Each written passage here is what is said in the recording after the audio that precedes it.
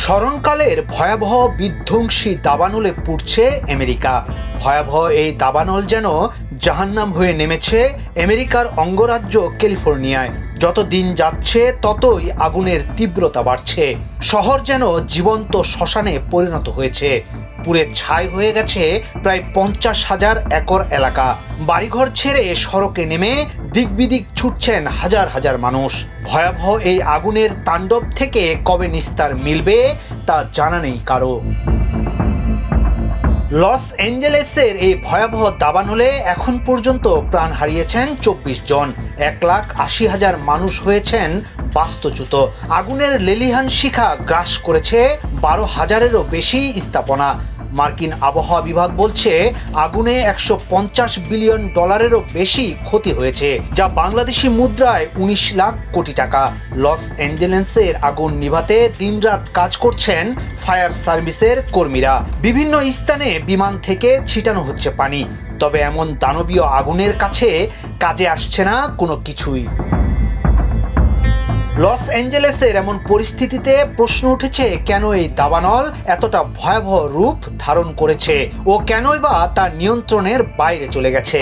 এ বিষয়ে দেশটির কর্মকর্তাদের বরাত দিয়ে মার্কিন সংবাদ মাধ্যম সিবিএস জানিয়েছে, দীর্ঘ সময় বৃষ্টি না হওয়ার ফলে এবং খরা ও প্রবল বাতাসের কারণে আগুন দ্রুত ছড়িয়ে পড়ছে। তবে ব্রিটিশ সংবাদ মাধ্যম বিবিসি বলছে, দাবানল এত ভয়ঙ্কর হয়ে ওঠার পেছনে জলবায়ু পরিবর্তনকে কারণ হিসেবে বিবেচনা করা হচ্ছে। জানুয়ারি মাসে সাধারণত শীত ও বর্ষাকাল থাকে দক্ষিণ ক্যালিফোর্নিয়ায়, তাই দাবানল প্রবণ এলাকা হলেও বছরের এই সময়ে সাধারণত এমন দুর্যোগ হয় না।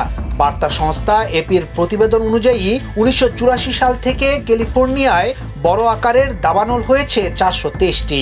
এর মধ্যে মাত্র 4টি হয়েছে শীতকালে।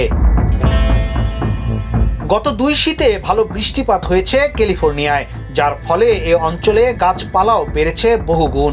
তবে গত 8 মাসে দক্ষিণ ক্যালিফোর্নিয়ায় তেমন বৃষ্টিপাত হয়নি বললেই চলে। সংবাদ মাধ্যম এনবিসির প্রতিবেদন অনুযায়ী গত মে মাসে সর্বশেষ 1 ইঞ্চির 10 ভাগের 1 ভাগ বৃষ্টি দেখেছে লস অ্যাঞ্জেলেস।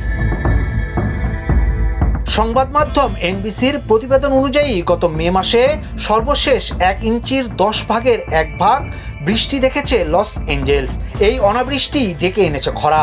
মার্কিন ড্রট মনিটর জানাচ্ছে, ক্যালিফোর্নিয়া অঙ্গরাজ্যের সমগ্র দক্ষিণাঞ্চল মাঝারি থেকে গুরুতর খরার মধ্য দিয়ে যাচ্ছে।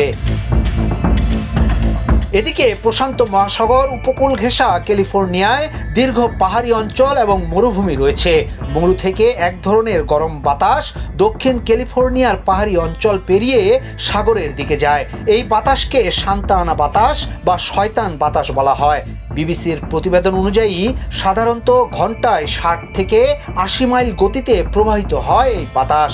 এই বাতাসের ফলে একটি অঞ্চলের আর্দ্রতা কমে যায়, সব গাছপালা শুকিয়ে যায়, যে কারণে ঘরের বাইরে যে কোনো আগুনই মিনিটের মধ্যে বড় অগ্নিকাণ্ডে রূপ নিতে পারে। বিবিসি প্রতিবেদনের অনুযায়ী জলবায়ু পরিবর্তনের প্রভাবে খরার মাত্রা এমনিতেই বেড়েছে যুক্তরাষ্ট্রের দক্ষিণাঞ্চলে। 2 বছর আগে শেষ হওয়া গোটা একটি দশক খরায় ভুগেছে ক্যালিফোর্নিয়া। যুক্তরাষ্ট্রের সাগর ও বায়ুমণ্ডল প্রশাসন তাদের গবেষণায় স্পষ্টভাবে দেখিয়েছে, যুক্তরাষ্ট্রের পশ্চিমাঞ্চলে বড় ও গুরুতর দাবানলের সংখ্যা বৃদ্ধির সঙ্গে জলবায়ু পরিবর্তনের সরাসরি সম্পর্ক রয়েছে। সাধারণত মে থেকে অক্টোবরকে দাবানলের মৌসুম বলা হয় দক্ষিণ ক্যালিফোর্নিয়ায়, কিন্তু জলবায়ু পরিবর্তনের কারণে এখন আর সেই হিসেবও মিলছে না। ইয়াসিন আলী, সোনালী নিউজ, ঢাকা।